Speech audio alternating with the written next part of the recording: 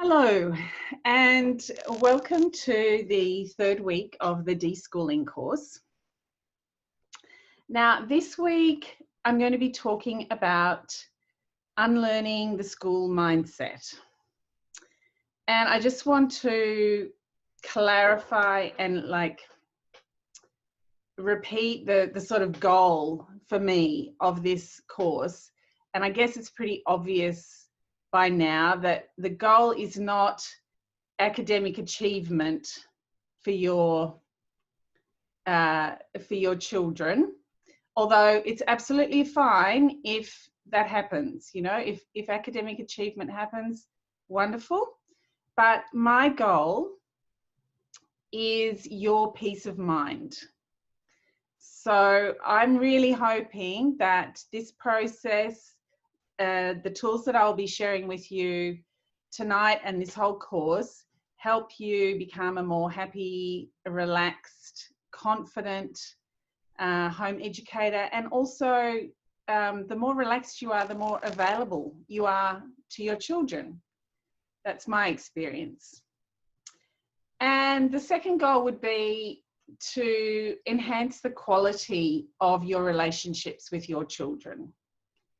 This was always really important to me, and I wanted less conflict, less stress, and more respect, more closeness with my children. That was actually more important to me, really, than anything else. And I think it actually enhances the learning environment, but I just want that for its own sake. You know, the quality of the relationships is important to me. So I think the third goal is having a relaxed, rich learning environment, and that is best achieved by the first two goals, by being a calm, relaxed parent who's available and connected in relationship to your children. So they are the goals that I see for this deschooling process. So what I see as deschooling is really the process of unlearning the school mindset. And what I talked about in the first week was what I meant by the school mindset. And it is basically the shoulds and the shouldn'ts, and all the fears that come up when we take a home education path or an unschooling path.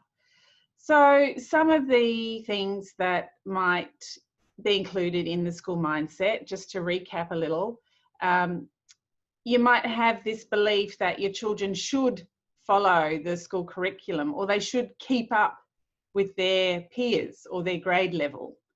The keeping up thing is often something that comes into people's minds. You might have a belief that your child shouldn't play so many video games or watch YouTube so much. You might think that you should be doing more for their education, or you should be teaching them, or encouraging them or guiding them in some way. Is this coming across okay? Have there been a few problems? Is it clear now? Yeah, it's getting better. Yeah. Okay. I think we've all had a few problems. Oh, okay. All right. Well, I will keep going. If there are any more problems, please let me know, and I'll see what I can do. So you might be worried that your kid will become addicted to video games, or that they should have more social contacts or more friends, or you might be worried that you will fail your children. So all those shoulds, shouldn'ts, and the fears and worries, they're the kind of thoughts that I describe as the school mindset. So how do we go about unlearning those thoughts, because a lot of them are, they feel like quite deeply entrenched, you know, and they're beliefs that we may have held for, you know, most of our lives about our role as parents and the role of education and teachers and all that sort of stuff. So firstly, I would really encourage you to talk to as many other unschoolers as you can. Talk to them if you can meet them in your local area, or if you meet them online, whatever context you can. Pick their brains and find out how it's been for them and how their children have learnt and how they've got through the registration process, or all of those questions. So just talking to other unschoolers can be really, really great way to loosen up that school mindset and help to alleviate some of those fears. Obviously, you can question those beliefs and fears by just reading books about unschooling, or listening to podcasts, or following groups in Facebook, and you can do research if you have particular questions. So all of those things are probably things you've already started doing and you know how to do.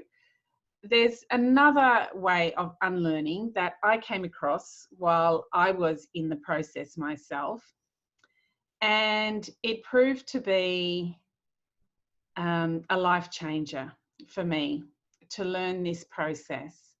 And it had such an amazing impact and brought me such peace of mind that I shared it with a group of friends. We had like an unschoolers mums discussion group that went for a couple of years, and we'd meet every 2 weeks or so, and we'd share our experiences, and we actually studied a whole lot of different books and approaches and techniques. But this one, which is called The Work, and it's taught by a woman called Byron Katie, this really made a huge impact for all of us, and we stuck with this for years. And I've gone on to use it in my own life, in many, many different aspects of my life, and I've gone on to teach it to lots of people, and in courses and through coaching, and it's really the good stuff. So that's what I basically want to introduce to you tonight. So the suggestion, the sort of premise behind this tool is that it's not the situation that's causing your worry, stress, or conflict.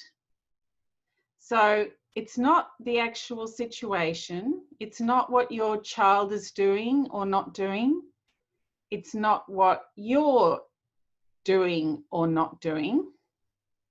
It's not the situation. It's actually what you're believing about the situation that's causing your stress or your worry, or you thinking that there's a problem. So that is the premise behind this approach. It's not the situation that's causing your worry or stress, it's what you're believing about that situation. Now, this is just an invitation for you to test this out for yourself. So this process is an ongoing invitation. If you have an issue that you're stressed about, or that's bringing you into conflict with your children, or there's some judgment that you have about what they should be doing or they shouldn't be doing, then this is a tool you can use to question your thinking, question what you're believing about that situation, and see if you can get a different perspective on it. Basically, that's all it is. It's like a shift. It's an invitation to shift your perspective. And it's really the shift in perspective that is what we can call unlearning. It's seeing things from a different point of view. So, as I said, this tool is called The Work. It's taught by a woman called Byron Katie, who's based in the US and she's been teaching this for like 30 or 40 years. And she's written about 5 or 6 books about it. And there's an enormous resources of YouTube videos of her going through the process. And so if you want to learn more about it, there's a lot of resources available to do that. The first step in doing the work, which is just a simple set of questions, but the first step is to identify what you're thinking about a particular situation and to narrow it down to a simple statement, if you can, or a series of simple statements. So in order to help you do that, I have just compiled a little list of some of the statements that, you know, often come up and that came up for me. Now, let me see if I can organize this. Here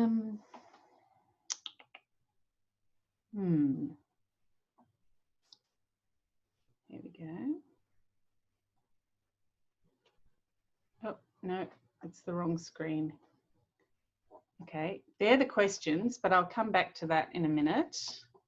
And I will try and share the screen. That. Here we go.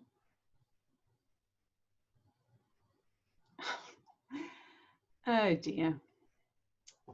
Now, why can't I find the screen when I want it?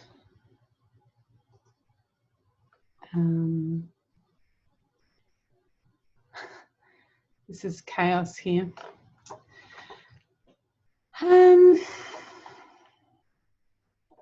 Okay, we'll try desktop and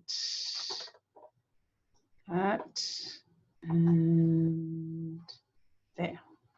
Okay. Oh, nope. Oh dear. Here we go. Okay, I think we've got it again here. Nope. Okay, right. So hopefully you can see my screen, which says examples of stressful thoughts, the school mindset. So these are the sort of simple statements that you can take to the work. It's a form of self-inquiry. So I'll call it, you know, inquiry. So we can inquire into a statement like, he should be doing more maths, or he should be doing maths, or he shouldn't spend so much time playing video games. She should do her schoolwork without me nagging. She should be more independent. So as I go through, you might recognize some of these statements as thoughts that you have had at some point in time. You might believe that your child should read more books, or that they shouldn't constantly pester you to buy more toys, or that they should have more friends, or you might believe that how well your child learns is a reflection of your parenting. So this is like one of the underlying beliefs, if you like, you know, our belief that how our child is doing is a reflection of how well we're teaching them or how well we're parenting.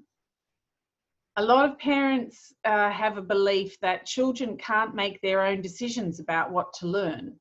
And this one's pretty fundamental to the school mindset, because at school, you don't get a choice what to learn. You just go in there and you do what you're told. So it's not surprising that a lot of us believe that it's not safe to let our child make that decision or those decisions. So that's something you can question. the belief, there are some things that you just have to do even if you don't like it. Now, that's also a very common belief in our society. You just have to knuckle down and do stuff, even if you don't enjoy it or you don't want to, you just have to. So if that belief is in your head, it could really bring a lot of stress and conflict into your relationship with your child if they're resisting being told what they have to do. Parents are responsible for their children's learning. Again, this is something that's fundamentally a part of the school mindset. In the school mindset, of course, you can have the variation of that school is responsible for children's learning. But when we start home educating, a lot of people just translate that belief right over and take it on themselves and say that I'm now responsible for my children's learning or my child's learning. And finally, children need clear limits to feel happy and secure. Many people have a belief that you have to set limits in order for your child to feel okay and not go off the rails or for terrible things to happen. So that's one you could question as well. So once you've got a statement, like you could pick one of those, or you could have your own variation, or you could have something else entirely. You know, there's endless possibilities of what might actually be causing stress or worry or conflict in your situation. So the next step is to write it down. This is like a written meditation. It can be written down if you're doing it on your own, or you can write down the statement and find a friend or somebody to guide you through the questions. So that's what I did with my friends in this group that we had. We would take turns to guide each other through the questions. So I would have a statement and then my friend would ask me the questions and I would answer, and we'd just take turns like that. And that worked really well. And that's what I do with parents who I coach, is I guide them through the questions, and we dive deep in and dig deep and see what's going on there. But this is fundamentally a practice you can do on your own by just writing out on a worksheet, or just writing the questions out in your in a notebook or a diary. And it really helps to get the thoughts out of your head and onto paper. That's part of the process of just getting a different perspective on them. So I will just bring up, hopefully some of you have got the worksheet that was available online, downloaded, but I've also just got a list of the questions somewhere here. So I can refer to that. Here we go. So what I'm going to do, these are the questions that first you get your statement and you write it down, and then you ask this series of questions about that statement. So I've actually linked these questions, this document, to the course document, so you don't need to write it down or anything like that, but I just thought I'd bring that up. So what I'm going to do is actually to give you an example of my own that I've worked through to show you how these questions work. So I'll just come back here. So I filled out today one of these worksheets, the One Belief at a Time worksheet, about a belief that I used to have quite strongly. I'm really pleased to say that I don't have this belief anymore, but when I was filling out this worksheet, I basically took myself back in time to how I felt when I did believe this. And the belief that I'm going to work on is that I'm responsible for my child's learning, because that seems to me to have been like a really big piece in this whole puzzle. You know, it was such a weight on my shoulders. So I filled out this worksheet, and as I did, it is like a written meditation. I took myself back years, like 10 years or so, whenever it was, to how I felt, you know, when I was really in the midst of feeling stressed about this whole unschooling situation. So I wrote at the top, I'm responsible for my child's learning. The first question, is it true? Now, these first two questions, you just answer with a simple yes or no. So you just sort of go within and see what arises from within you. There's no right or wrong answer. It's just what comes. So the first thing I wrote down, is it true, is yes. I think, yes, at one point I did really believe that I was responsible for my child's learning. But then I go to question 2. Can you absolutely know it's true? Can I absolutely know it's true that I'm responsible for my child's learning? And when I go within on that question, it's like, well, no, I can't absolutely know it's true, or at least I'm not sure whether I think it's true. So there's more like a no for me there. Question 3, how do you react? What happens when you believe that thought? So this is where you can write out more detail.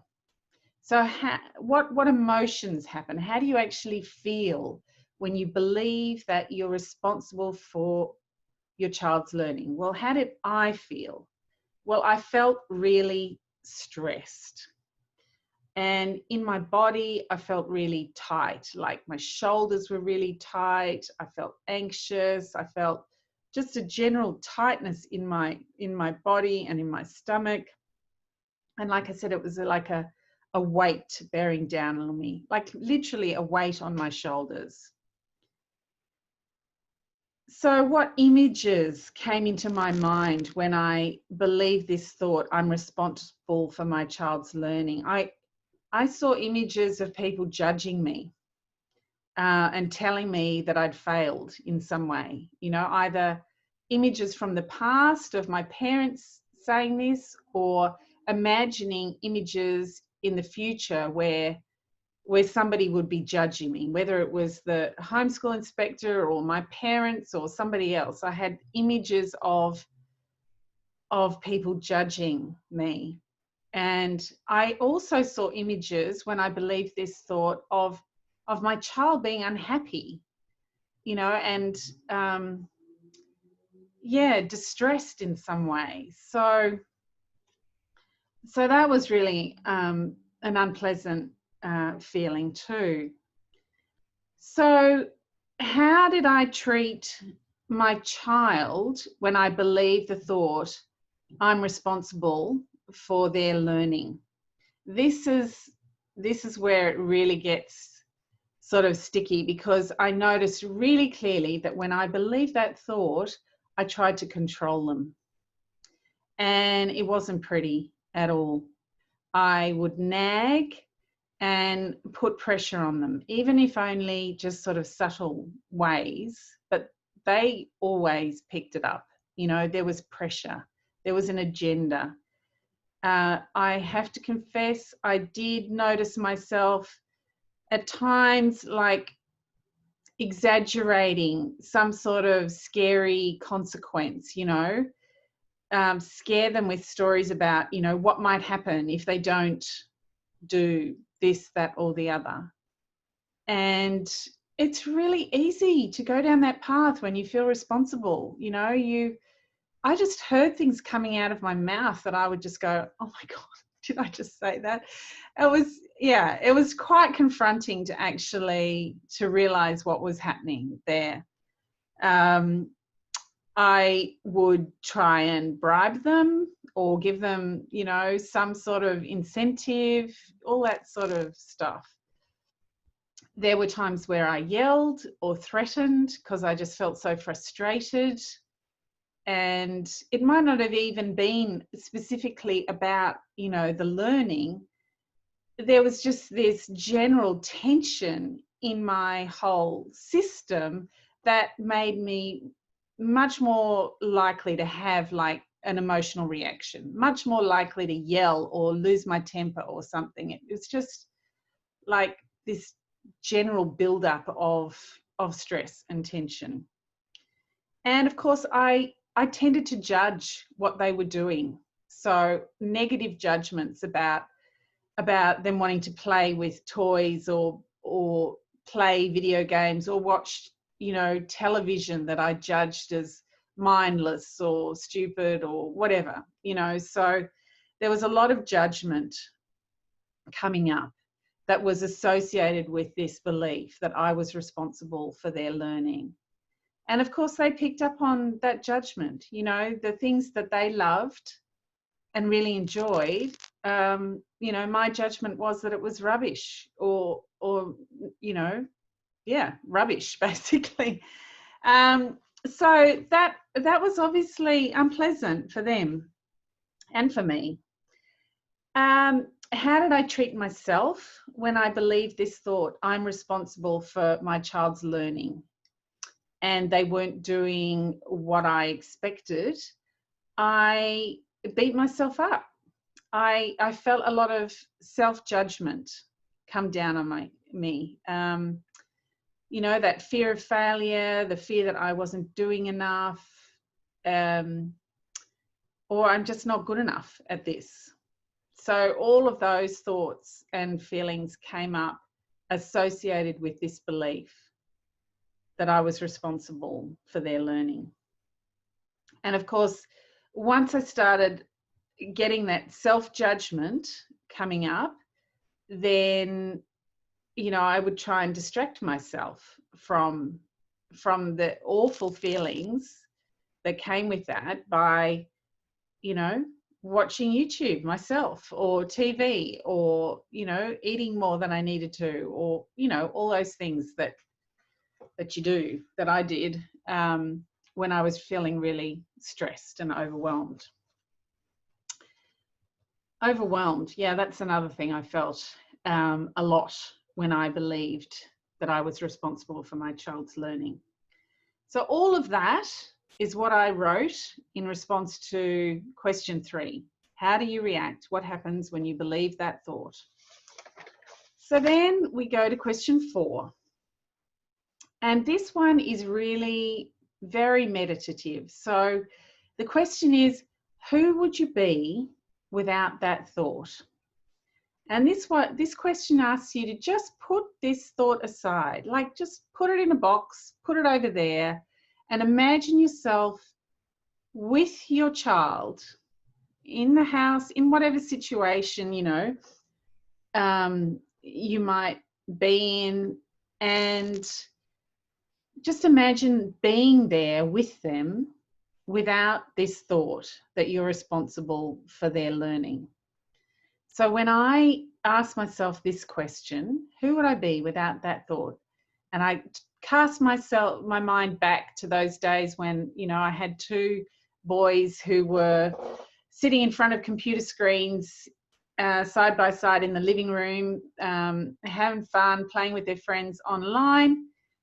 Without the thought that I'm responsible for their education, I was calm and relaxed. And I can actually see my children. And I can see them more clearly, so much more clearly than when I've got all this stress in my head. And I can see that they're actually really enjoying themselves. So they're happy, that they want to connect with me. They want to share their experience with me. And when I don't have that belief, I'm available for them. I'm calm, I'm available, I can just be with them and enjoy, you know, connecting with whatever they're doing and whatever they want to talk about. So it's a much, much more peaceful and relaxed state of being. So it's nice to actually just rest in that when you get to that question. If you can find that calm within you, just rest in that for a while and just get used to that feeling of what it would be, how you would be without those stressful thoughts. And this is an invitation to be in that state more and more if you wish to be. Because that's where you get to, or you can get to, if those beliefs about what should be happening and what your responsibilities are, if they start to fall away. So the final part of this process is what's called the turnaround. And you actually take the original statement and you turn it around to its opposite. The One Belief at a Time worksheet actually gives a number of different ways you can turn it around. So this is a part of the process that, you know, can need a little bit more explanation. But for the moment, I'm just going to turn my statement around to the opposite. And the idea is that you then find evidence from within yourself in your own life as to why the opposite of your original statement is also true. So it says on here, it says, find 3 genuine, specific examples of how each turnaround is true for you in this situation.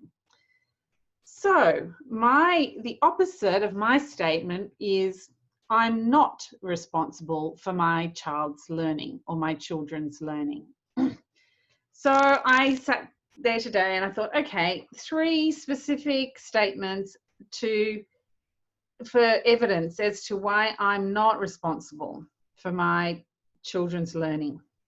And the first one that came to me was relating back to what we were talking about last week about the legal responsibilities. So I know that I'm legally responsible for offering my child opportunities to learn.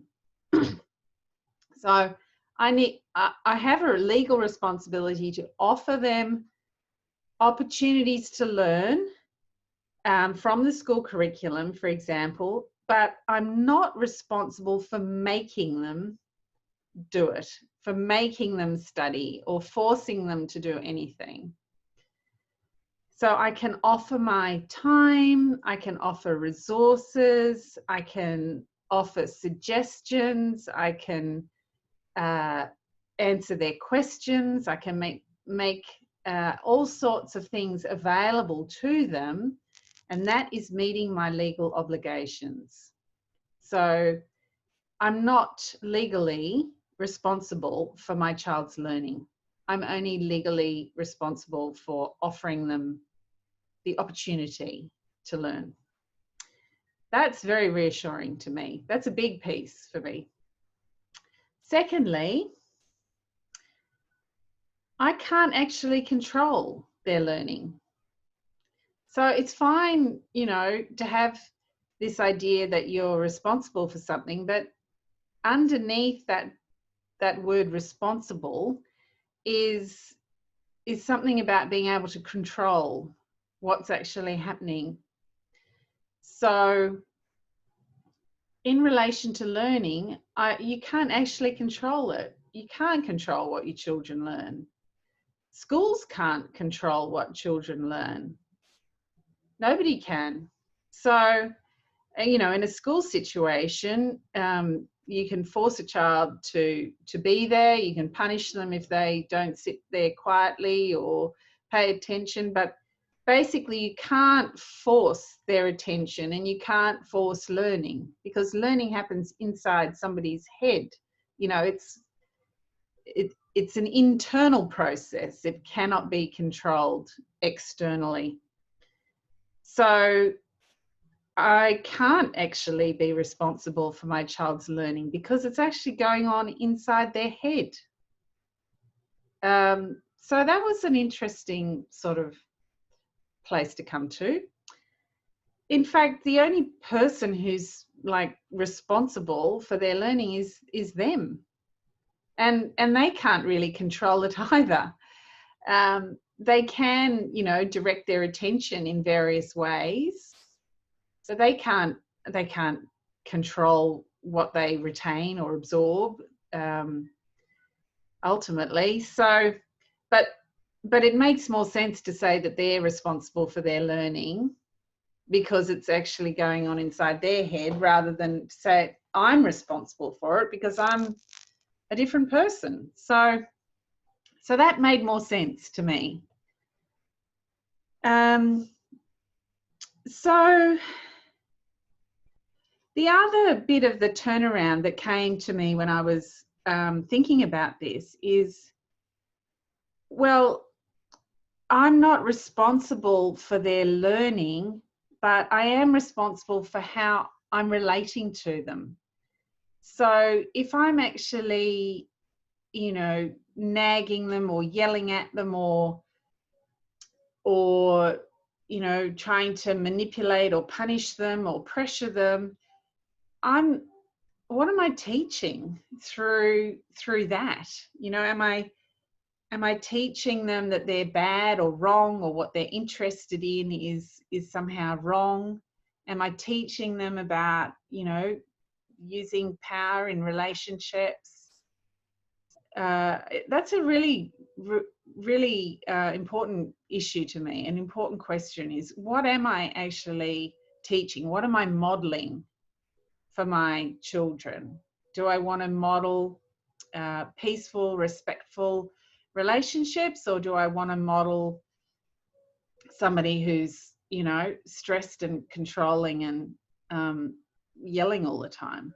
So that's what I'm teaching them. I'm teaching them from how I'm actually behaving and how I am emotionally.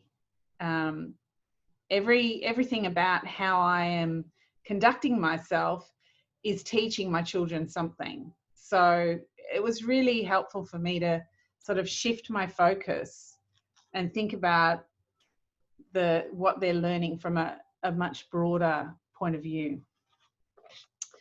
So, having filled out that worksheet, where does that leave me then? So, the question then is to think about, okay, if I believe that thought, all of that stress, that weight on my shoulder, the impact on my relationships, that's what happens when I believe that thought. I'm responsible for my children's learning.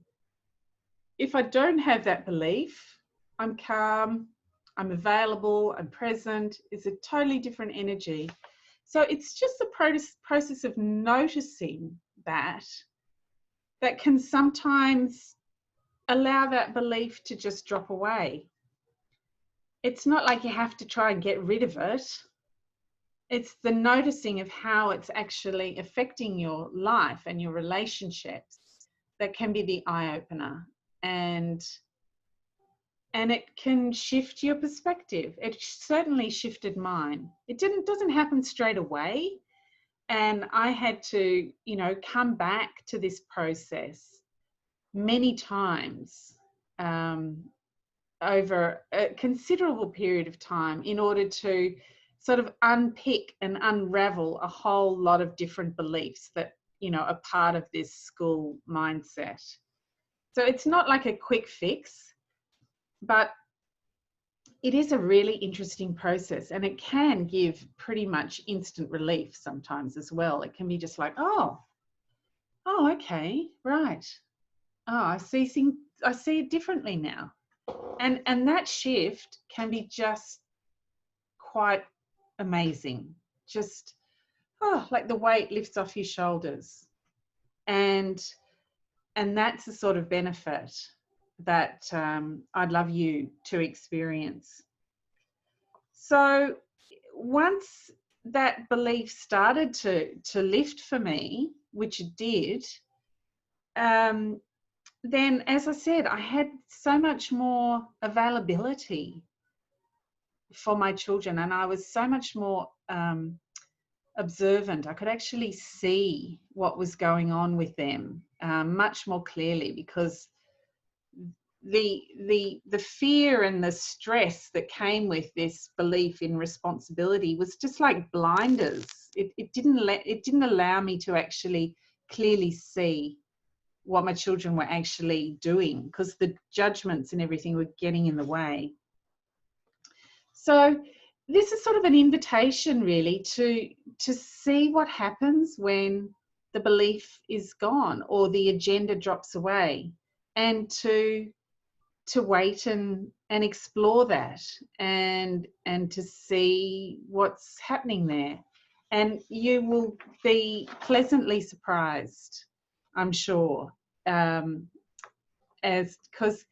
your children, once they've got a bit more space to sort of grow and share things with you, they often open up more.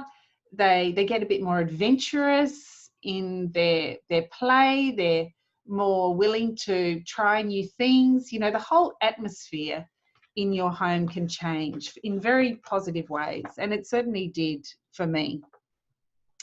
So the final step is to keep going and do more worksheets. Like, this process is only useful if you actually use it. And that may sound a bit trite, but I have taught this to many people, and some people have actually used it, and some people have actually said, oh wow, that sounds really cool, and then they've just put it away and not actually used it, not written it out. And they've come back to me maybe months later or even years later and said, oh Freya, I've got this terrible problem, and what am I going to do with about it? And I've said, well, maybe you could do, you know, some of the work, the questions of the work. And they go, oh yeah, that's right, that was such a good tool. And I'm going, yes, it's a really good tool if you actually use it. So anyway, it doesn't matter if you pick it up and you drop it, and you pick it up and you drop it again. It is a really good tool, and if you can get into the habit of using it regularly, it will change things dramatically. If you don't use it, it won't do much at all. So if you get stuck, and this does happen, as I suggested, find a friend who might be interested in doing it with you. Find somebody who's familiar with it, who can guide you through it. Get in touch with me if you want, and I can help you in that process as well. There's also resources, lots of some of the articles on my website that I've linked in the course document show how I've used this process in other areas of my parenting, and there's also a whole chapter on it in my book, Joyful Parenting. A whole chapter in detail of how I've used this process across all different areas of my parenting. So yeah, this is like a tool you can use in conjunction with all the other things that you do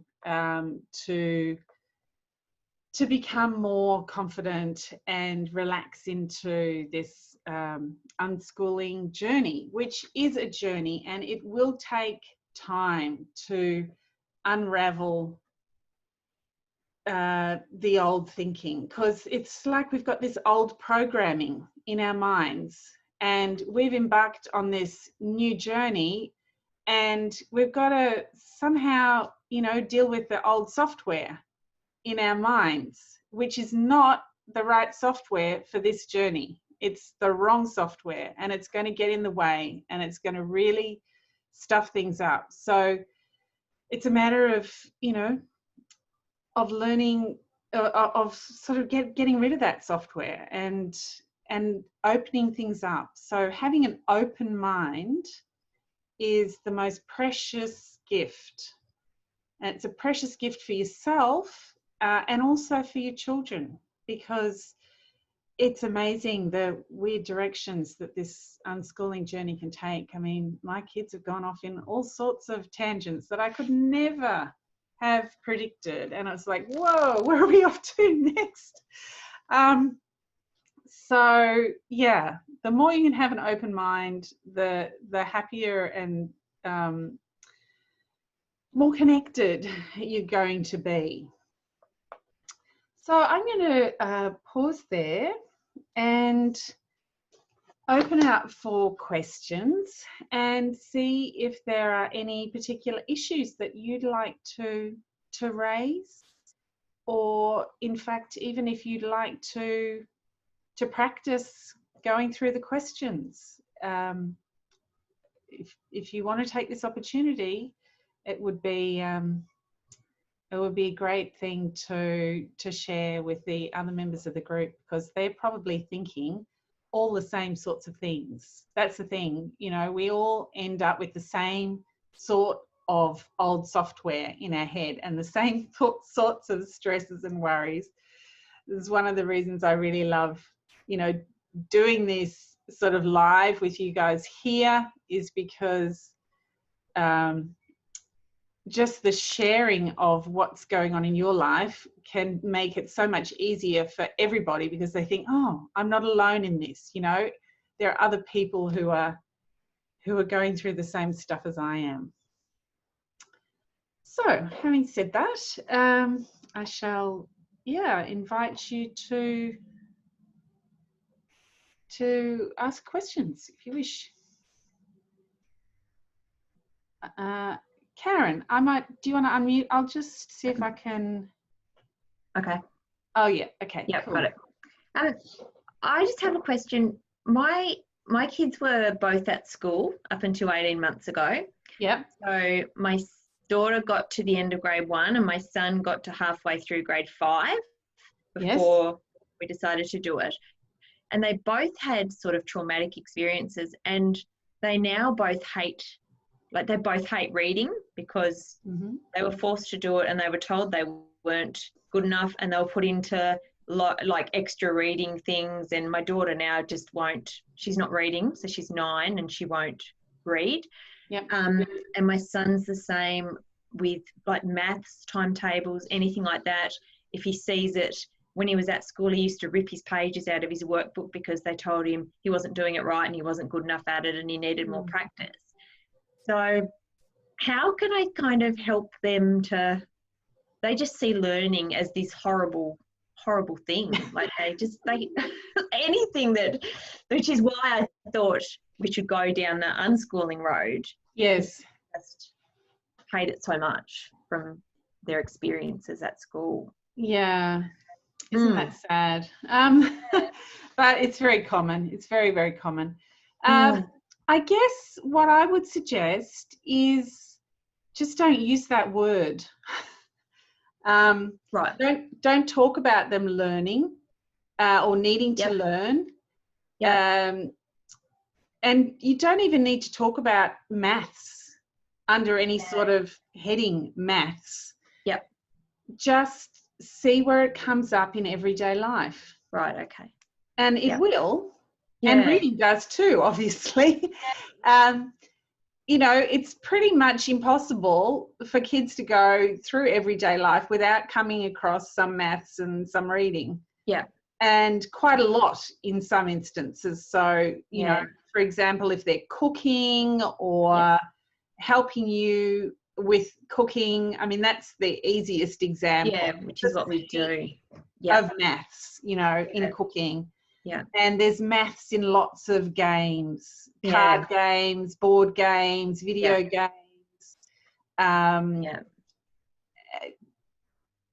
Dice. Just have, I used to just have dice, you know, piles of dice and Cuisinart rods, and, you know, just, we had basically a house full of, you know, games and things to play with, and and cards and you know, even, you know, all sorts of different games you can play with letters and words, and it was all based on play. Right. So there was we never had to talk about learning. Yeah. Because we were just playing all the time. Yeah. And they would do a lot of reading in the games they were playing. Yeah, that's where my daughter she plays Minecraft and a couple of things where she's picking up bits, but if you give her a book, she'll go, oh, I can't read. I don't know how to read. And she totally shuts down. Yeah. So just, I mean, my eldest, I think I mentioned, is dyslexic. Yeah. So he wasn't reading at all at age 9. Yeah. In fact, neither of my kids were. Yeah. Except they'd recognise some words in the games they were playing, and it gradually built up from there. Yeah. So I would read for them when they asked me to. Yeah, but they gradually, you know, could read more words in the games they were playing and in their environment, you know, street signs, you know, things around the house. And I also read aloud to them a lot in the evenings. And, you know, they would sit next to me and look at it. Sometimes, you know, they picked up words just casually like that and remembered passages and things like that. So if you basically, I just took the pressure off completely. Any pressure to learn to read or do maths, because particularly my eldest son, who's dyslexic, he sort of sensed by the age of 9 that it was an issue, you know, that he couldn't read, because his grandparents used to go on about it all the time. None of his homeschool peers did. They didn't care at all. You know, his friends would read for him, you know, when they were playing Minecraft or whatever, and it was never an issue. But he did pick up from the other, you know, outside environment, that the fact that he couldn't read by age 9 was a bit of a big deal. So he began to get stressed about it. So I was stressed about it too, because I didn't really understand what was happening at that stage. But I really had to back off, because the more stressed I became, he picked it up. Like, he was so sensitive to it. So I just thought, okay, any sort of agenda I have is just making it harder for him. So the only way forward is to just back right off and just play. And that's what we did. We just played and played and played. And he eventually just taught himself. Like, he learned to read on his own bat just through play. But my other son, he got to 12 basically with very, very basic reading, like sight words and environment, you know, a little bit, but not reading books or texts or anything. But when he turned 12, he just sort of woke up one day and said, Mum, you've got to teach me to read. And I'm going, what? Really? Okay. He actually wanted formal instruction. He said, Mum, no, I want you to teach me. I'm going, okay, I didn't see this coming. But he wanted me to sit on the couch with him, with the readers and the phonics books and all of that, and to teach him to read. And so I did. But okay, if that's what works for you, then that's what we'll do. So I taught him to read. I mean, I didn't really see it as, well, it was teaching to read as much as anybody can teach anybody to read. You know, we sat there together, and it went on for a long time, months, years, you know. But it was not exactly an easy process, I'll have to say. But he can read really well. You know, he's gone off to school. Year 9, he's, you know, doing really well. So it's sort of like a matter of timing. Like, sometimes when they're ready, and getting a feel for their style of learning. Like both of my sons had a very different style. One wanted to do it all through play, don't teach me anything. The other one was the opposite. No, you sit down here and teach me. So you'll get the feel for that once you pull back from the pressure. Yeah, that makes sense. Yeah. Cool. Thank you. It's a pleasure. Okay, so does somebody else have a question or an issue? Liesl, did you want to? Yeah, I just want to say thank you so much for sharing that. I think I've been homeschooling for 18 months, and I keep on saying to people that the biggest problem is inside me. Yeah. What I find the hardest is my preconceived ideas and how I think things should be done and my expectations.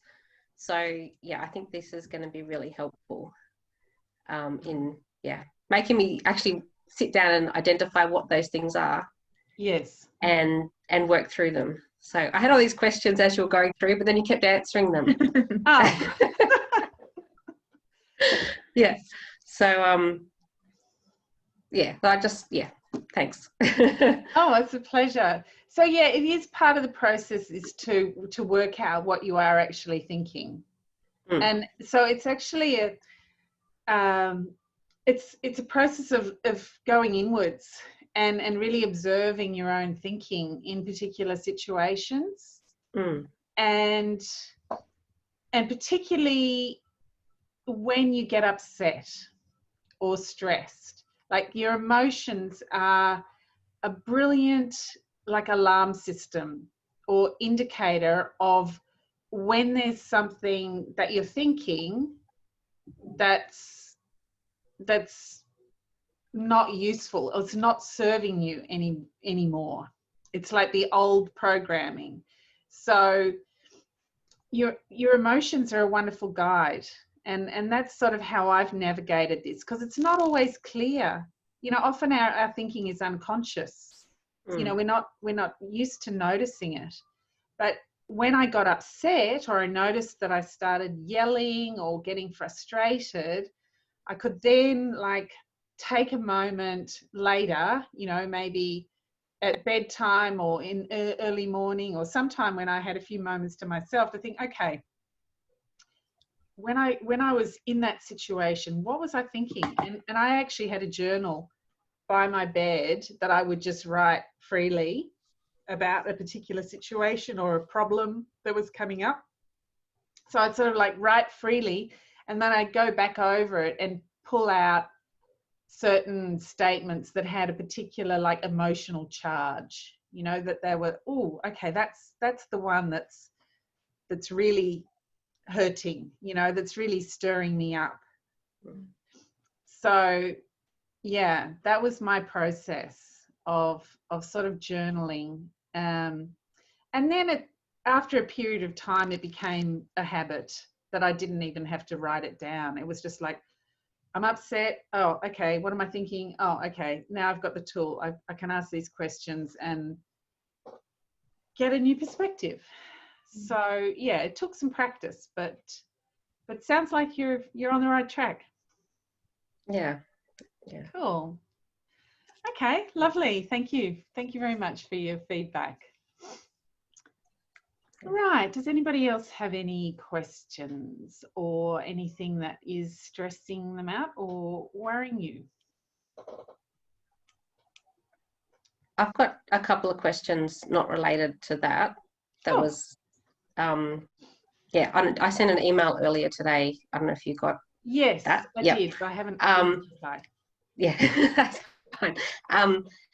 So just kind of thinking, because I missed last week, unfortunately, just thinking about how do you, so I feel fine about like registration and everything for my primary school kids, but my eldest is in year 7, and just especially English and maths, and how I'm okay with her not learning all that stuff that they learn at school that probably won't be used in the rest of her life. Yeah. When they all get there. But yeah, just how do you approach, I don't know, showing the AP that, yeah, I don't know, meeting No, I the know what you're asking, and I yeah, have given it some thought, because I was going to respond to your email. Basically, well, the first thing I did, because I was in a situation where both of my children got to, at age level, got to a high school age before they could read or write. So you can imagine it was sort of like, okay, how the hell am I going to do this? But what we did was we registered them for high school studies. Like, you can do that in New South Wales. You're in New South Wales, right? Yeah. Yeah. You don't actually have to attach your child to a particular grade level. You can register for high school studies, and that way they can be like spread out across the whole curriculum. So basically, it's a matter of just saying, okay, they're at this particular level in, say, for example, English. Like, my eldest was listening to and understanding and able to discuss really sophisticated books if he heard them, like if they were read to him or he listened to them in an audio book. So in some aspects of the English curriculum, he was stage 4 or 5 in terms of his ability to comprehend, understand, analyze, discuss, texts. But in terms of his ability to actually read a book, he was, at a different level altogether, back in primary school somewhere. So I just basically wrote that in the documentation. I broke each of the subjects down, not just reading, but into each of the different elements that's covered in the syllabus. And I discovered, when I sort of broke it down, that my kids were actually doing fine at their sort of grade level, if you want to call it, or their stage level, in some aspects of it and not in others. So I just sort of, I wrote it up like that. And I wrote it up like, okay, this is where their learning level is at, and they're progressing, and we're using these various resources. Mm-hmm. So it's not a matter of saying, they've got to keep up with stage 4. It's a matter of demonstrating that they're learning at whatever level, and that you have resources that can help their learning. So I would actually list the video games, for example, and list the documentaries, and list the audio books, and all the different things. We didn't ever really show examples of written work right through high school for either of the kids. Like, there was some typed text, there were stuff that they dictated to me, for example. So they would be telling a story, or they would want to write a story. For example, one of them decided that they wanted to write a whole little book inside Minecraft, inside their game. That there was this, they actually wanted to write a Minecraft book. So, and one of them wanted to write a comic using the software on the Lego website that actually allows you to produce a comic book using Lego characters. So basically, I helped them either by taking dictation, that happened, or I would record the stories they were telling, or the notes they wanted to write, or the letters they wanted to write to their friends. I would record it and either type it up later or just provide the recording. So for the inspections, I would have audio files, I would have screenshots, I would have text that they typed or I'd typed or we'd done together. little samples of handwriting, scraps of paper, you know, all sorts of bits and pieces. And that was enough. That was fine. Now, what I can give you some more detail. I've actually copied some of my own documentation for stage 4 and 5 for a couple of subjects into some Google documents. So I'll send them to you in that email, so you can get a more of an idea of the detail of what I'm talking about. But essentially, it's the same process that you've used for primary school. It's just extended into high school. And you do have to, I did actually at one stage make up a couple of electives. Like, there's a lot more scope really in high school to say, okay, they're interested in this, you know, so we're going to do electives on technology, or we're going to do electives on, you know, space travel or whatever. So I actually, you know, did a whole elective on design and technology for, I think both of sons. You know, they bought, at one stage, they both decided they wanted a new gaming computer, and one of their friends had actually got this big column computer, and amongst their friends, they worked out, you know, how to actually custom build their gaming computer using all the, you know, components that they wanted, and the different chips. And I mean, I'm not a computer person at all. Fortunately, my husband was able to help them, and they had help from friends. But basically, I designed a whole elective and wrote it up just around them getting new computers, because they learnt about how computers work, how the hardware works, how the different software works, how you put it all together, what all the bits do. And that was an elective. So whatever it is that they're interested in, it's pretty likely you'll be able to fit that into the high school curriculum somewhere. And you can actually be quite creative in writing up and creating your own electives.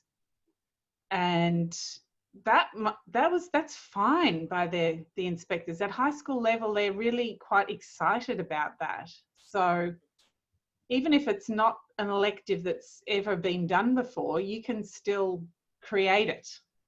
And I wrote a whole one up, actually, I think about sustainable technology or something. I don't know what it was. I can't remember now, but I think I just Googled, I Googled electives on sustainable technology and found some school somewhere in Australia had done something like this. And I basically cannibalized what they'd done and rewrote it and said, here, this is my elective. This is what we're going to study. And it was like, wow, that's really cool. And I go, yeah, but it was just what we've been doing, you know? So Google is a wonderful resource. If you've got an idea and you put it in there, somebody will have done it somewhere, and you can use that. So anyway, hopefully my documents will give you some ideas of how to do that. Another question, just... Oh, I can't hear you. In terms of maths or something like that, when... Nope, I still can't hear you. Sorry. It must be the connection or something. Hello? Can you hear me now? Hang on, I'll just mute you and then unmute you. Oh, okay, now try again. Can you hear me now? No. No. I don't know, can anybody else hear? I can hear you really quietly. Very quiet. What if I talk really loud? Is that better? Can you hear me? Okay, I can just hear you, I think. It'll probably come back on anyway. Yeah, so something like it, would you think it's okay for something like maths, if there's a whole section of, say, stage 4 that's I just don't address, just to leave that out? Yeah. Well, you don't have to leave it out. You can just say they haven't got to it yet. Uh-huh. Basically. I used to just say in progress, or, you know, they haven't got up to there yet. Because they might get to it at some later stage, but they just haven't covered it yet.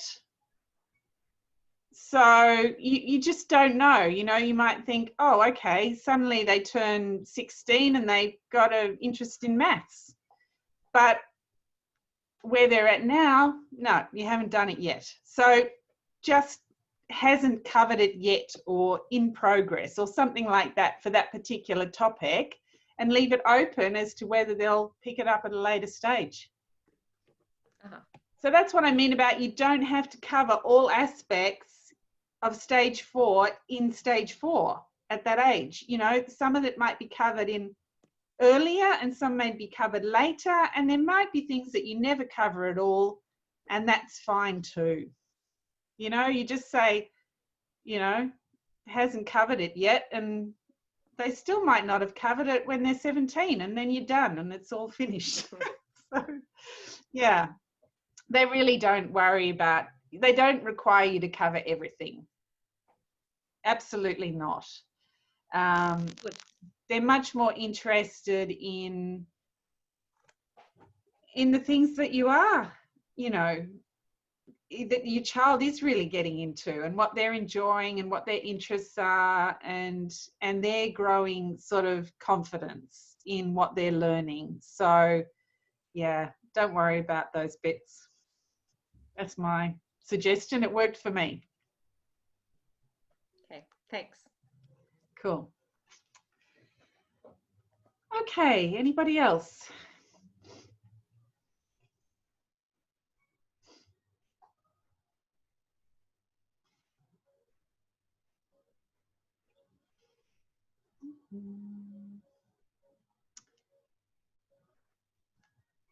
Okay, hi. I have my 7-year-old Who's Minecraft this? fan. Oh, it's Ray. Hi. I can't see a picture. I'm sorry, I just don't have a webcam on this one. I was on the webcam last time, but the phone was very uncomfortable. Oh, So okay. you've got All my right. I will picture just here. talk I've to got a blank. the Yes, I can hear you. That's fine. dolphin, not dolphin, little stingray hat there. That's the picture, Okay. if you can see that. Yeah, got my little. Hi. Hello, 7-year-old Oh, there's somebody else there. Cool. fan. And Roblox fan. And we've towards the start of okay, he's good. All right, so towards the start of and we've actually only been homeschooling literally about 3 weeks before lockdown started, so this has been just lockdown education. Yeah. Yeah, and we started pretty well, went to a couple of groups, groups, and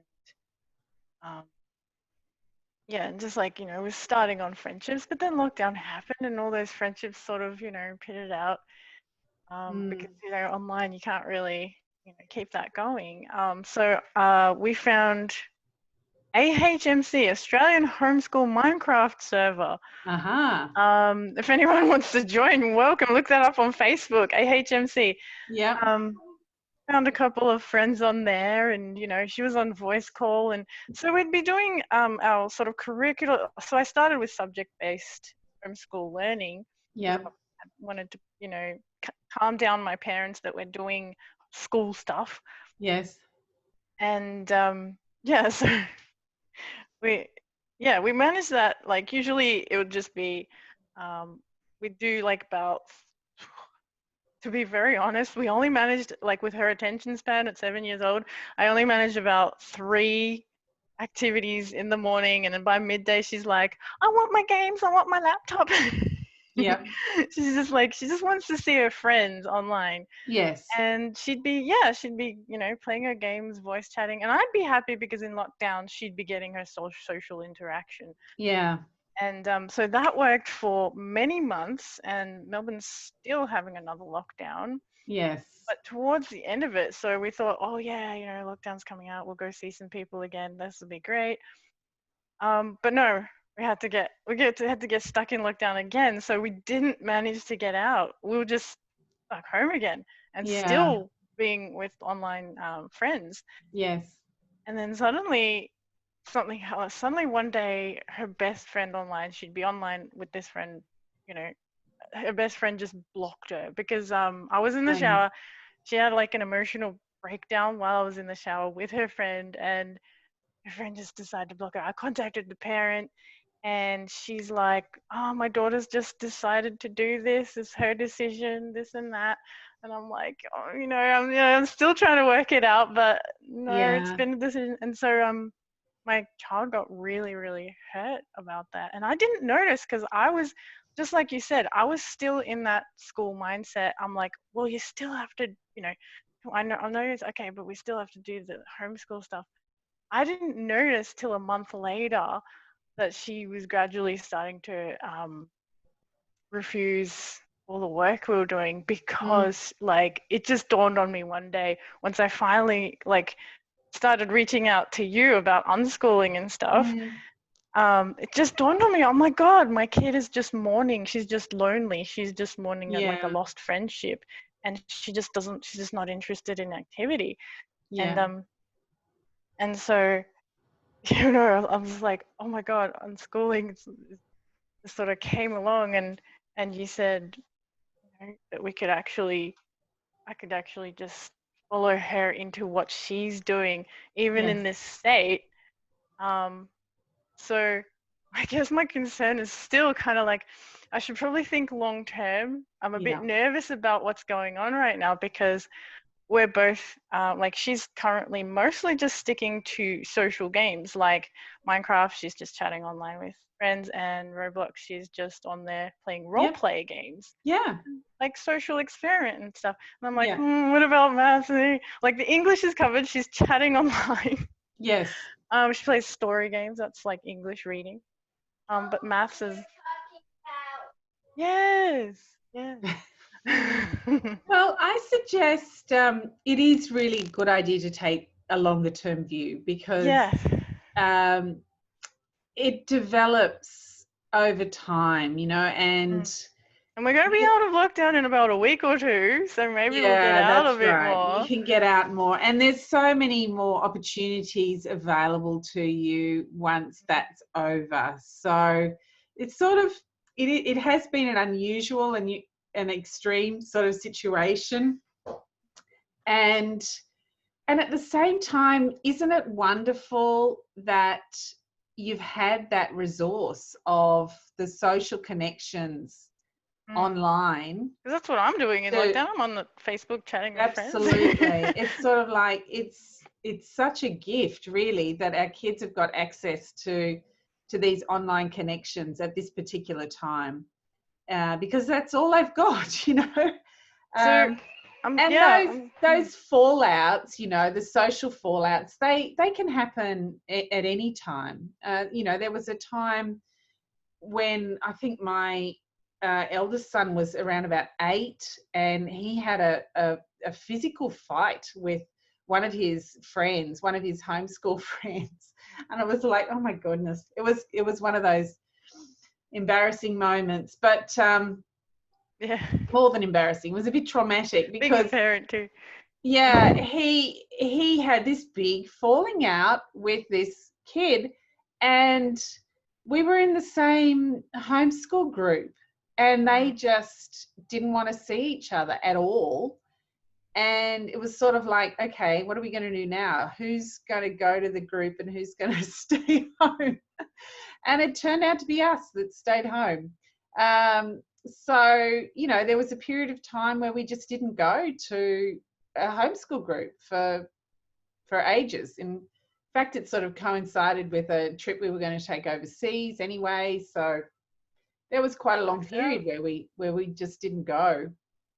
And then eventually, things smoothed over and they became friends again. But those things happen, and you make new friends slowly over time, and you find new connections, and the kids grieve and get upset, and then they go off in a different direction. So really, it's all a journey and it's a process. And I guess I'm inviting I'm inviting you to just sort of relax into it and see where it trust goes. a bit, but knowing my luck, right after lockdown, I'll have like some sort of inspection, and I won't be ready at all. Who knows? But I would invite you to take a really close look at the games that your daughter is playing. I play games myself. I'm well, like, cool. I Yeah, that's a great way to really figure out, because I'm pretty sure there'll be some maths in those games. There is. Even I've been learning Roblox, alongside of if you've her. got any sort of economy, like even in Minecraft, my kids never played Roblox, so I'm not familiar with it. But in Minecraft, they would create an economy. You know, if you're trading buying and and selling things, if there's any sort of currency, if there's any sort of trading, all heaps and heaps of games use percentages and rates of increase and decrease, and they have trading systems, and they have navigation by the compass, and they have maps, and there is a huge amount of maths covered in video games, like masses of it. It's just a matter of looking out for it and being a bit familiar with the maths syllabus.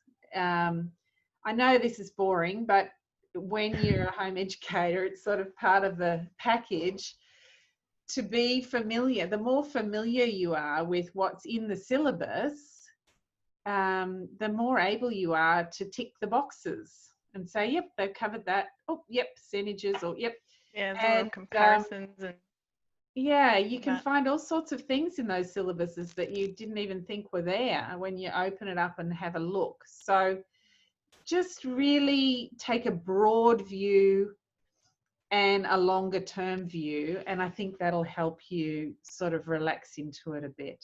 Yeah, because the subjects are on offer. My parents bought one of those curriculum packages for her to learn. Yeah. She just tried it for a bit, and she's just like, even though it was so full cartoons, little puppets singing, like English, maths, she's like, no.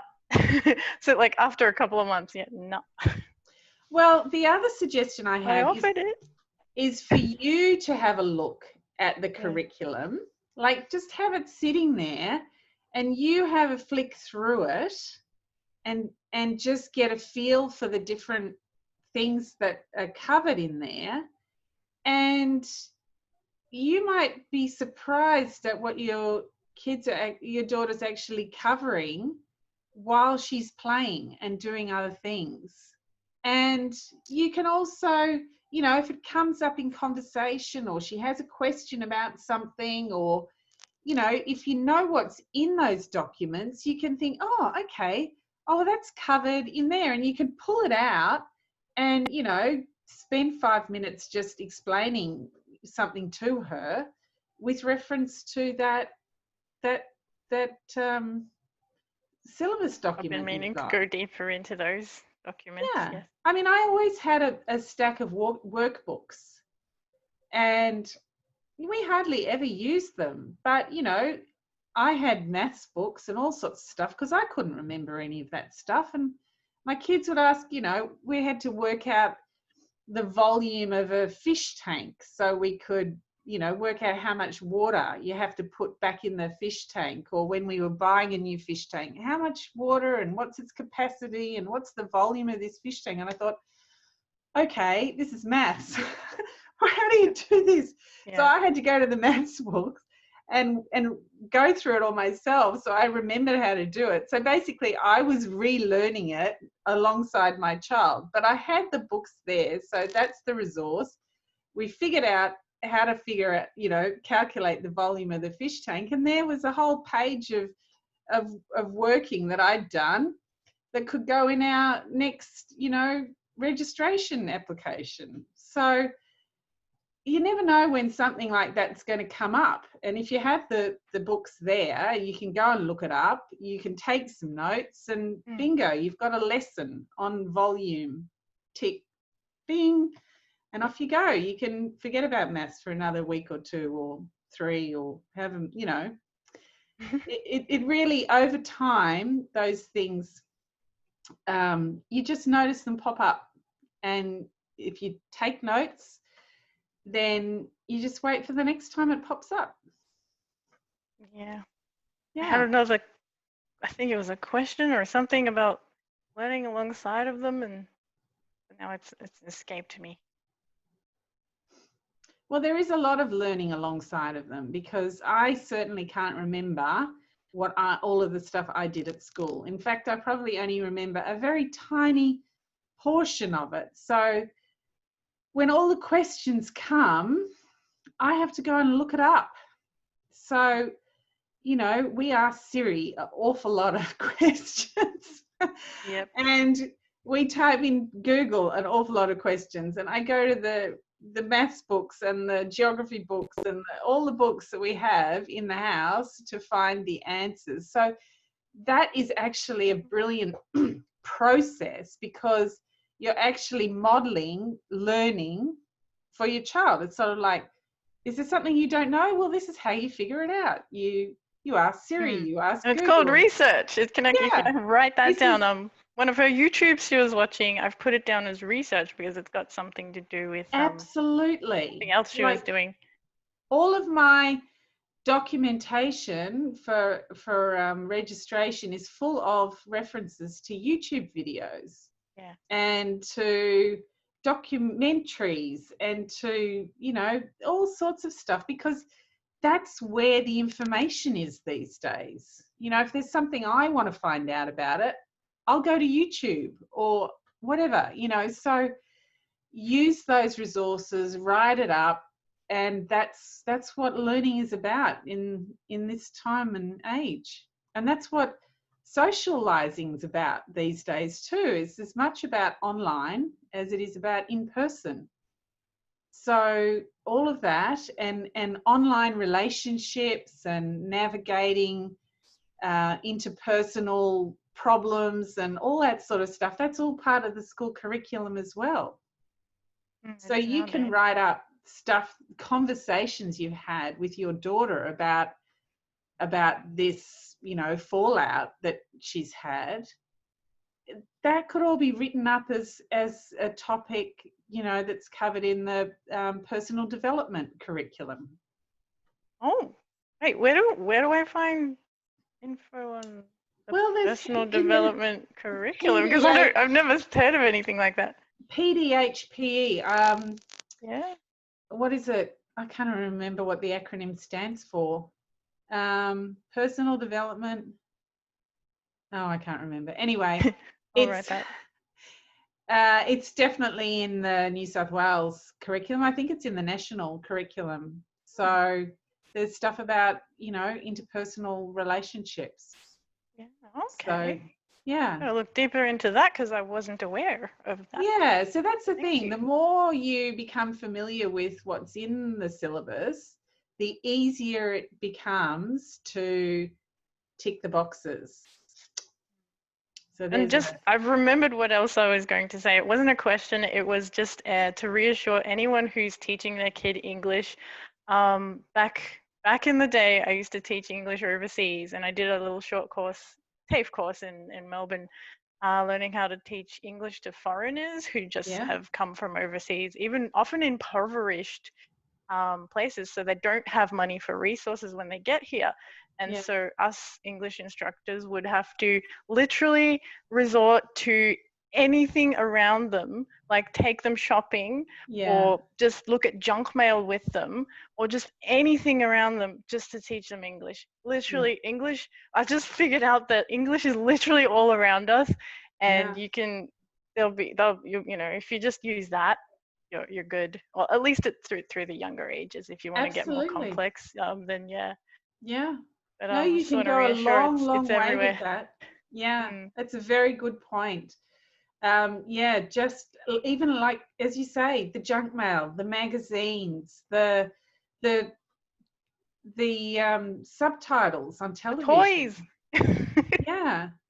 And on toys, you know, figuring out the instructions for putting toys together, but any sort of game has got heaps of reading in it too, usually. So all of those things are amazing resources. So yeah, thank you for sharing that. Thank you. Righty-ho. Well, I think we're pretty much out of time now, but if anybody has any other questions to ask, I'm happy to take another one. If there's anybody else that wants to say. Hi. Hi. Hang on, I'll get my camera on. Sorry. There was a couple of things. Let me see if I... Yep. Sorry. One was just to echo, just on Ray, she sounds like she's got like a cross between my girls. I got two girls, 1 7, 1 9. Yep. And I cannot believe the parallels of what she was saying. My 9-year-old did school refusal that started off the last quarter of last year, and then we lasted a week back at school in January. So again, all before the COVID, and then that was it. That forced us into homeschooling. We tried changing school and it hadn't worked. And I totally get everything that you're saying regarding, you know, what then happened trying to do homeschooling and get into groups, and then bang, the COVID comes along and just kills it all. Yeah. And my 7-year-old probably misses the social interaction far more, but they're doing exactly the same things as Ray's daughter, I think, you know, with Roblox and Minecraft and stuff. It's just completely parallel. I find it amazing. And my wife does, she's probably far better with the, you know, the belief worksheet that you went through than me. I struggle a bit with that.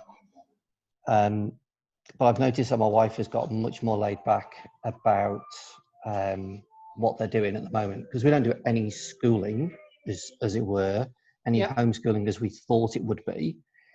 And we're doing this, you know, unschooling, as it were. So I'm doing my best, but like I say, she's far better with it. But at the moment, yeah, it's pretty much unlimited screen time and stuff, and it's all around the games and stuff. But they are learning a little bit. Like the younger one does a little bit of trying to read now, which she's been avoiding because she wants to interact socially on the games. But there was one thing that came up today that it's a maths thing, so it's just a specific thing. So they get very frustrated that their iPads run out so fast. You know, the youngest one watches Netflix in a little window while she's playing Roblox, and the battery just, you know, wipes the battery out really quickly, and they're even plugged in, and even when they're plugged in, they wipe out. And the eldest is on Roblox all the time, or YouTube, watching all the videos on how to do Roblox and Minecraft. Yeah.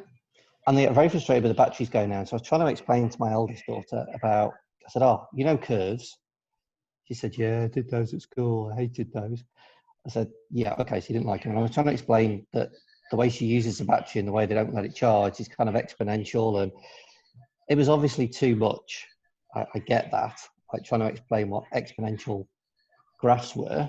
Yeah. I've since thought that maybe explaining the virus and how people catch it and it spreads might be a good one, but we try to avoid that subject to some extent. Yeah. Because we're not really going out much, even when we can go out, because we're concerned about it, which I think all came down from the brief part of being back in school for the youngest. They're quite concerned about going outside now. But it got me thinking, so to me, it just came natural to say, well, the curve looks like this, it's curved, it's exponential. I know that she's only young, but I'm like, well, if they just get to do the games and do stuff all themselves, when would you have the opportunity to learn that? Or would you never? I mean, like you say, you might not ever do some of the curriculum. That's true. But, yes. But I was wondering, like, well, yeah, I mean, do you need to? I mean, exponential in a way is people use that terminology, not necessarily just for curves, but you know, I'm not saying she needs to know that level of maths, you know, certainly not at 9. Yeah. But it just suddenly struck me. I was like, well, okay, but when are you ever going to come across something to do that sort of detail, you know? Yes. And then if you get through to a certain level and you decide you want to go to school like your kids did, or you want to do something, I'm thinking that would be quite difficult to then try and catch up that detail maybe. And this is me getting just hung up on the final points. It's a really good question, and it's certainly something that I had to tackle, because there's a lot of probably in everyday sort of life and playing games and all the sort of things that I've been talking about already, you can pretty much cover all of primary school maths. But what you're talking about is really getting into high school level maths. And some of the high school level maths is practical, and it covers, you know, Not much of it, I have to agree. taxation and, you know, more sophisticated use of, you know, percentages and fractions and calculations and all that sort of stuff. And once you start getting into algebra and equations and things like that, they can come up in everyday life. For example, the way you just described it, an exponential curve.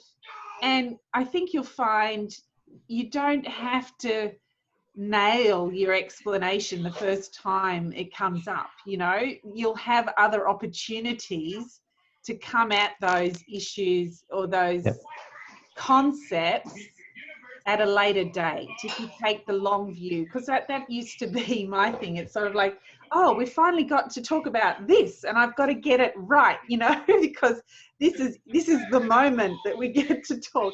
But I realized that's just putting way too much pressure on the situation, and for me and for them.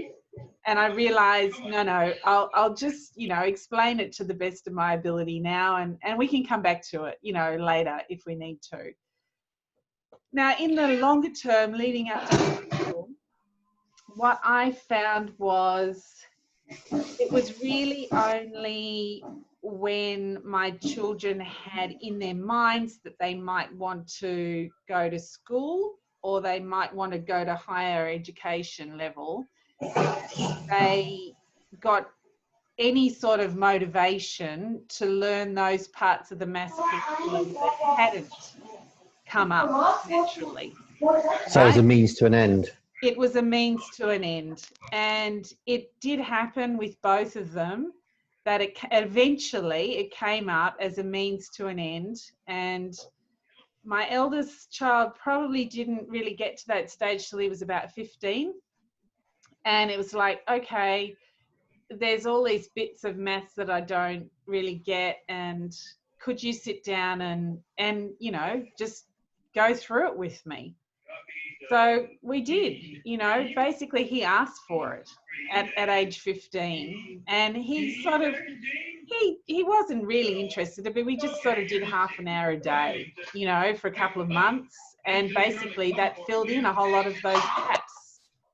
And when he went to school at age 17, he still had various gaps, but he was motivated to fill them in himself. So it's a question of self-motivation. If they need it to achieve their goal or to get where they want to go, then they will really apply themselves to learning those particular things, like algebra or trigonometry or whatever it is, you know, that they need. If they don't need it and they end up wanting to be musicians or plumbers or you know, creative artists or whatever it is that their interests take them, there may well be big chunks of that maths curriculum that they never ever need. And it really doesn't matter, as I said to Liesl, if you just write, no, haven't got to this bit yet when it comes to registration.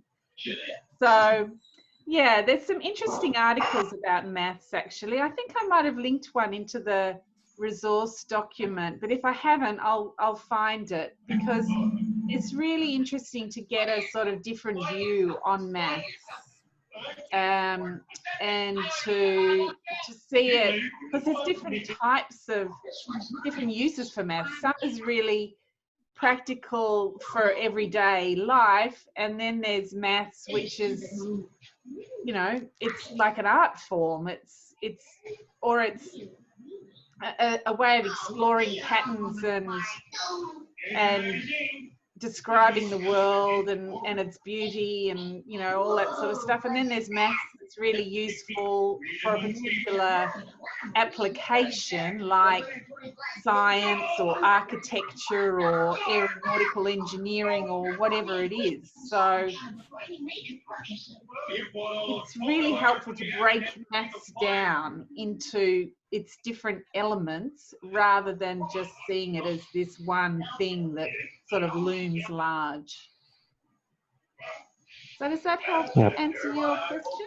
Yeah. I mean, both myself and my wife we're engineers, we're training, and so I totally get that you don't use much of it, because I can't believe how much maths I've had to do through life and in degrees and stuff that you just don't come across even when you're in the workplace. So yeah, I get that idea, and if you specialize in something, you might need specific stuff.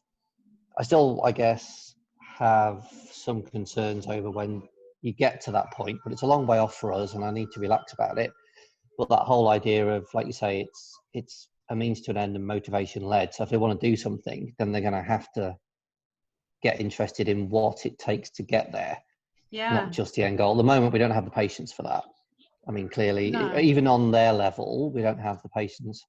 Like, just as a kind of an example, so we do all the Roblox, which is, and like Minecraft, but Roblox has got all this role playing, as Ray was saying, and so but my eldest is of the opinion that if she goes in and she's buying stuff at an auction and bidding and things, which is great, it's all maths, but I thought she won't listen to me. She cannot get the concept of she should be selling things for more money, not necessarily at the cheapest.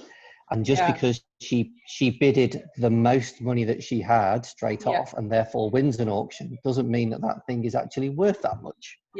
So there's this real issue that it's completely the wrong way around, and I'm struggling to try and get that concept over to her. It's a fantastic learning process, that she's actually she's doing the trading and the buying and selling, and she's doing the auctions, and she's seeing all that. And in a game, you can make those mistakes, you can completely bungle, and you can learn from it.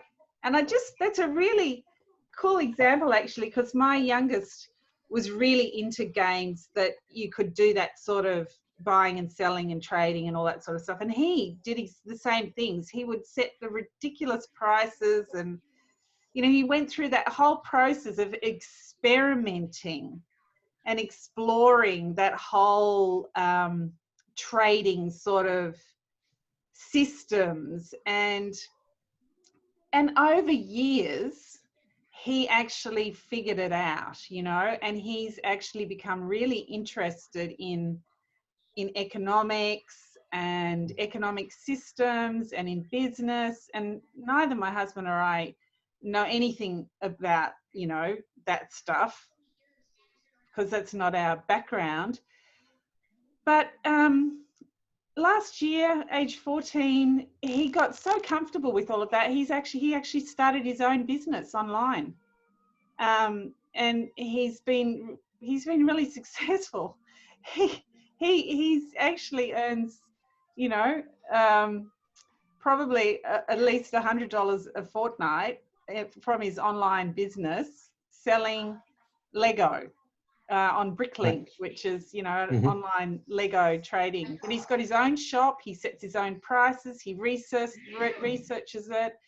He does auctions on eBay to get things that he can resell. He's right in there, and he's really clued in, and he learnt all that stuff from playing video games. No, I can see that. That would make sense. Years. I mean, we get told the one thing we get at the moment, and I'm putting it down to the fact we've only been doing this a few months, this journey, like since the beginning of the year. It's like we can't tell them. I mean, it's like, they get annoyed if you try to explain stuff at the moment. It's, she's made a trade, she's happy. Doesn't matter if we think it's bad. She's happy, so she's very clear about that, and I'm learning to accept that. And like you say, I'm assuming she'll hopefully figure it out before she gets an eBay password, because that's a bit scary. But so we have to back off, and I guess it'll get better. Like I said, the journey's short at the moment, so we don't like to be told to do anything. Well, my kids have never liked to be told anything. That's why we did unschooling, because they wanted to, you know, unless they wanted to figure it out for themselves, or they wanted me to teach them, but entirely on their terms. And as soon as they'd had enough information, it was like, nope, that's enough. Shut up now. Yep. I was like, oh, okay. I was just getting started.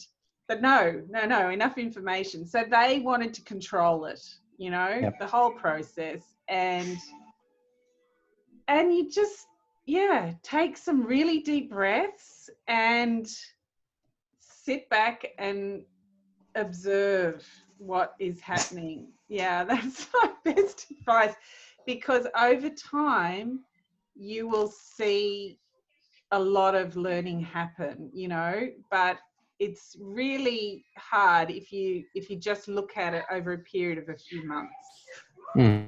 Yeah, so it will get easier, and you'll get more used to their particular style of learning and how much information they will take in, and what sort of ways of explaining things suit their particular, you know, way of taking in information. You can just sort of feel your way into it over time. Yep. Yeah. Thank you. Okay, is that adequately cover your immediate questions? Yep. Okay. All right. Was that a yes, Dave? Yep. Yes. No, I'm good. Thank you. Cool. Thank you very much for those questions. Okay, everybody. Thank you so much for your questions and your participation. And yeah, feel free to follow up with email questions if you wish. If something else comes up that you want to ask me, I'm happy to respond by email. Also, I just thought I'd mention I do one-on-one coaching to help people work through any of these sort of issues. I will also probably be running a course maybe in a few weeks' time specifically on screens and gaming, making peace with gaming, to go into that particular topic in more detail. Although I have covered quite a bit of that in this course already, so but I'll be going into it more.